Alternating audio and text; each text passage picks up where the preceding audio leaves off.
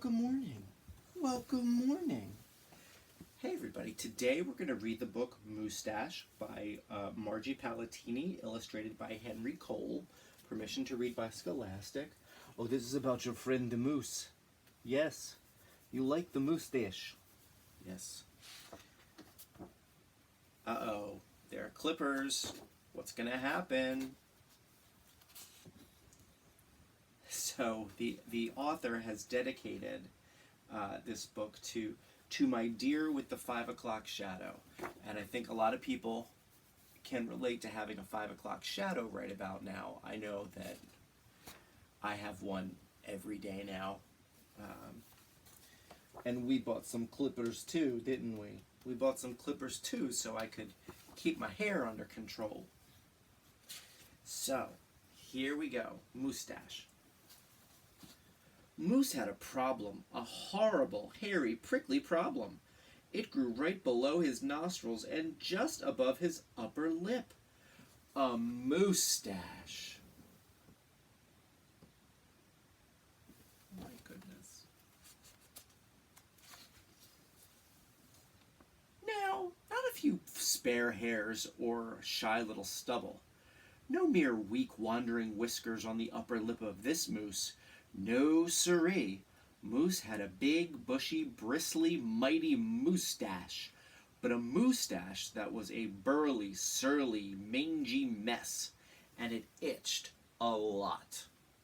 So he plucked and he tweezed, he even clipped, snipped, and teased, but his combs were still cowards, and his brushes rebelled.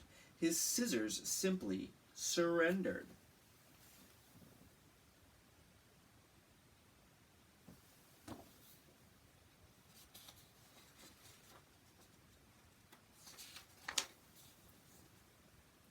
Moose was in a frizzy tizzy.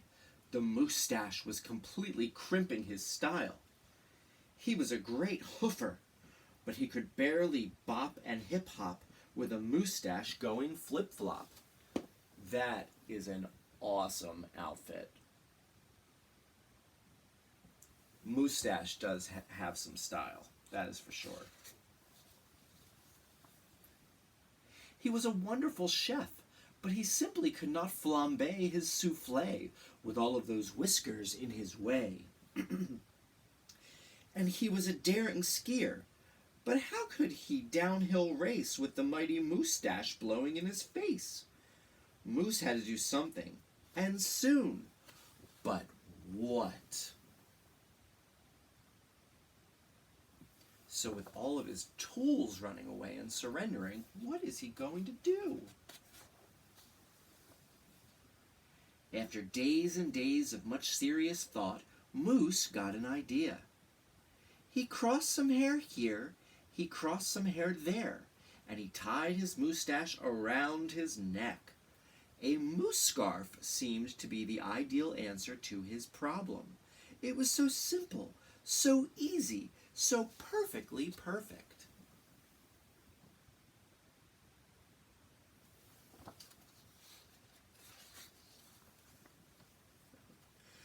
But then his moustache got knotted and mangled and horribly tangled, and those hundreds of hairs still prickled and tickled. Worse, Moose could barely take a breath with all that moustache wrapped around his neck. So, Moose untied, unwrapped, unknotted, and gulped in some fresh air. Ah.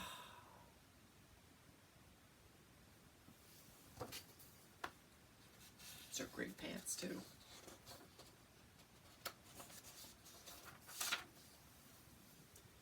He got another idea. He parted some hair this way, he parted some hair that way, and he heaped all that moustache on top of his head. Mustachioed antlers seemed to be the ideal answer to his problem. It was so simple, so easy, so perfect, until a squadron of squirrels and one very nosy gopher moved right into the Moose Motel. They huddled and hoarded, furrowed in, burrowed out. Needless to say, it became quite crowded up there on Moose's head, and heavy, and messy. Oh my goodness, the squirrels and a gopher moved in to his Moosetache. And very, very noisy. The squirrely chitting and chatting, squeals and squawks woke Moose every morning before the crack of dawn. And that gopher was giving the moose one hairy headache. Moose needed his sleep. He needed his rest. He needed his privacy. Moustachioed antlers? Nuts, said Moose. So he unparted and unpiled, untwisted and untwined, and said adios to the hairy horns. Oh, look at them all in the shower with the moose. Poor Moosetache.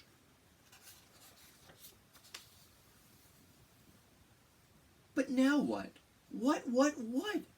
The miserable moose took hold of a hunk of hair and he wrestled it, then roped it. He tethered, tied, tamed. Aha! A moose tail! Now that was so simple. That was so easy. That was not so perfectly perfect. Talk about a dizzy do. Moose didn't know if he was coming or going. Backward, forward, this way, that. He didn't know which end was which. Moose had to bail on the tail.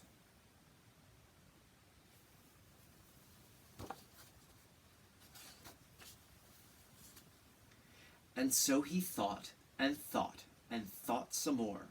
But no other idea was a worthy winner.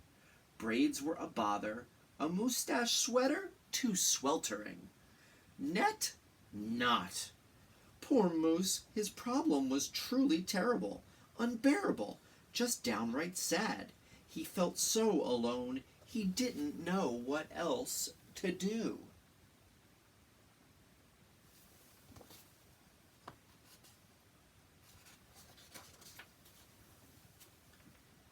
Then, call it fate, call it destiny. It was probably dumb luck. But one day Moose tripped on his moustache and just had no time to duck. Oomph! Pardon me, they both said as they bumped. Then they blinked, and they stared, and their hearts went thump-a-thump. She was a moose, with a bouffant so bodacious, outrageous, well, it was just plain old big. Hair after hair piled higher than high, a skyscraper dew of glorious curls, a tower of swirling twists and twirls. She was simply splendid, stupendous, absolutely superb.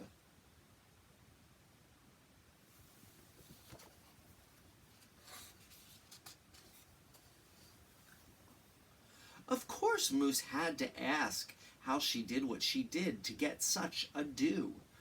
Ms. Moose winked and then whispered, just a little glue.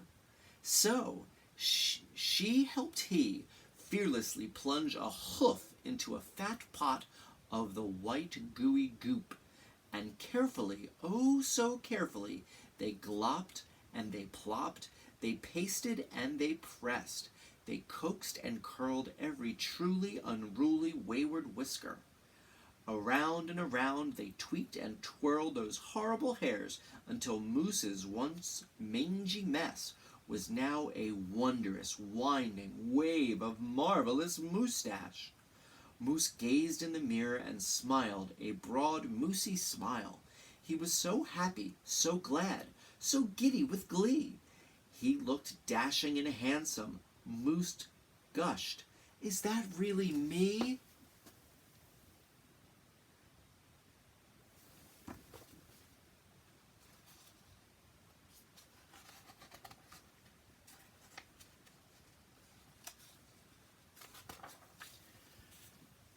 With not a care for one hair, the moose pair boogied and bopped.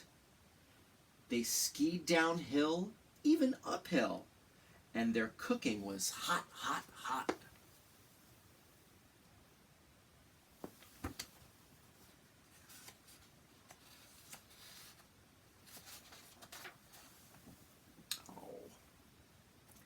So, of course, it wasn't long after that Moose and his mustache and his beautiful bride foxtrotted and tangoed and waltzed down the aisle. Good hair days, bad hair days, they vowed to love and to cherish, and with hearts heaped with love and pots filled with goop, they both sighed, "I do," glue, and promised never to part.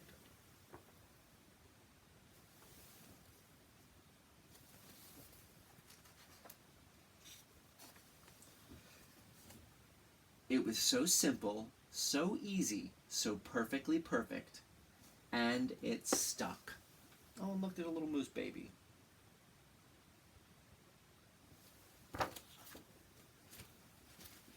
He is thoroughly not interested in this book today.